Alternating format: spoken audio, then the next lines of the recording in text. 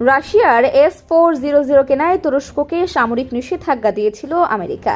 এবারে তুরস্কের ঘোষণা, নিজেরাই বানাবে আকাশ প্রতিরক্ষা ব্যবস্থা। ইসরায়েলের আয়রন ডোমের চেয়েও শক্তিশালী স্টেলথ ডোম তৈরির পরিকল্পনা তুরস্কের। এদিকে বাংলাদেশের সাথেও চলছে তুরস্কের বড় ধরনের সামরিক চুক্তি। নতুন নির্মিত এই স্টেলথ ডোম কতটা শক্তিশালী হবে? ইসরায়েলের আয়রন ডোমের আদলে আকাশ প্রতিরক্ষা ব্যবস্থা চালুর উদ্যোগ নিয়েছে তুরস্ক। শিগগির বহু স্তর বিশিষ্ট সেই ব্যবস্থা মোতায়েন করার আশা করছেন দেশটির প্রেসিডেন্ট রিসেপ তাইয়েপ এরদোয়ান। এদিকে বাংলাদেশের কাছে ট্যাঙ্ক, মিসাইল সহ বেশ কিছু ভারী অস্ত্র রপ্তানি করছে তুরস্ক। ইতোমধ্যে দেশে এসেছে তুরস্কের তৈরি TRP কাপলান মিসাইল, যাকে টাইগার নামেও ডাকা হয়। 120 কিলোমিটার রেঞ্জে লক্ষ্যবস্তুতে নিখুঁত আঘাত হানতে সক্ষম এই অস্ত্র।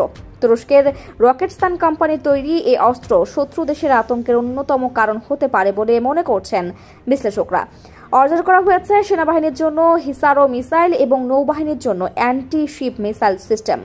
বিশ্বস্ত সূত্র থেকে পাওয়া তথ্য অনুযায়ী তুরস্কের তৈরি ওতোকার তুলপার ট্যাঙ্ক কিনবে ঢাকা। চলতি বছরে বাংলাদেশে আসবে এই ট্যাঙ্কের চালান। বাংলাদেশে বিভিন্ন খাতে বিনিয়োগ আরও বাড়ানোর পাশাপাশি সামরিক অস্ত্র সরঞ্জাম রপ্তানিতে আগ্রহ প্রকাশ করেছে তুরস্ক।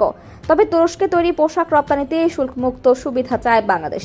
চলতি বছর ঢাকার বাণিজ্য মন্ত্রণালয়ে তুরস্কের বাণিজ্য মন্ত্রী ওমর বোলাটের নেতৃত্বে প্রতিনিধি দলের সঙ্গে বাণিজ্য উপদেষ্টা শেখ বশিরউদ্দিনের বৈঠকে এসব বিষয় নিয়ে আলোচনা হয়েছে।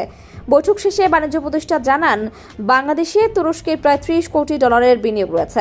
এই বিনিয়োগের আওতায় তুরস্কের তৈরি আরও অনেক সামরিক প্রযুক্তি শিগগিরই আসবে বাংলাদেশে, যার মধ্যে অন্তর্ভুক্ত হতে পারে নতুন প্রযুক্তিতে তৈরি স্টেলথ ডোম।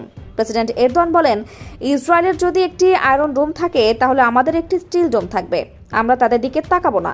তবে কবে নাগাদ স্টিল ডোম যুদ্ধক্ষেত্রে ব্যবহার উপযোগী করা যাবে সে ব্যাপারে এরদোয়ান নির্দিষ্ট সময়সীমা উল্লেখ করেননি।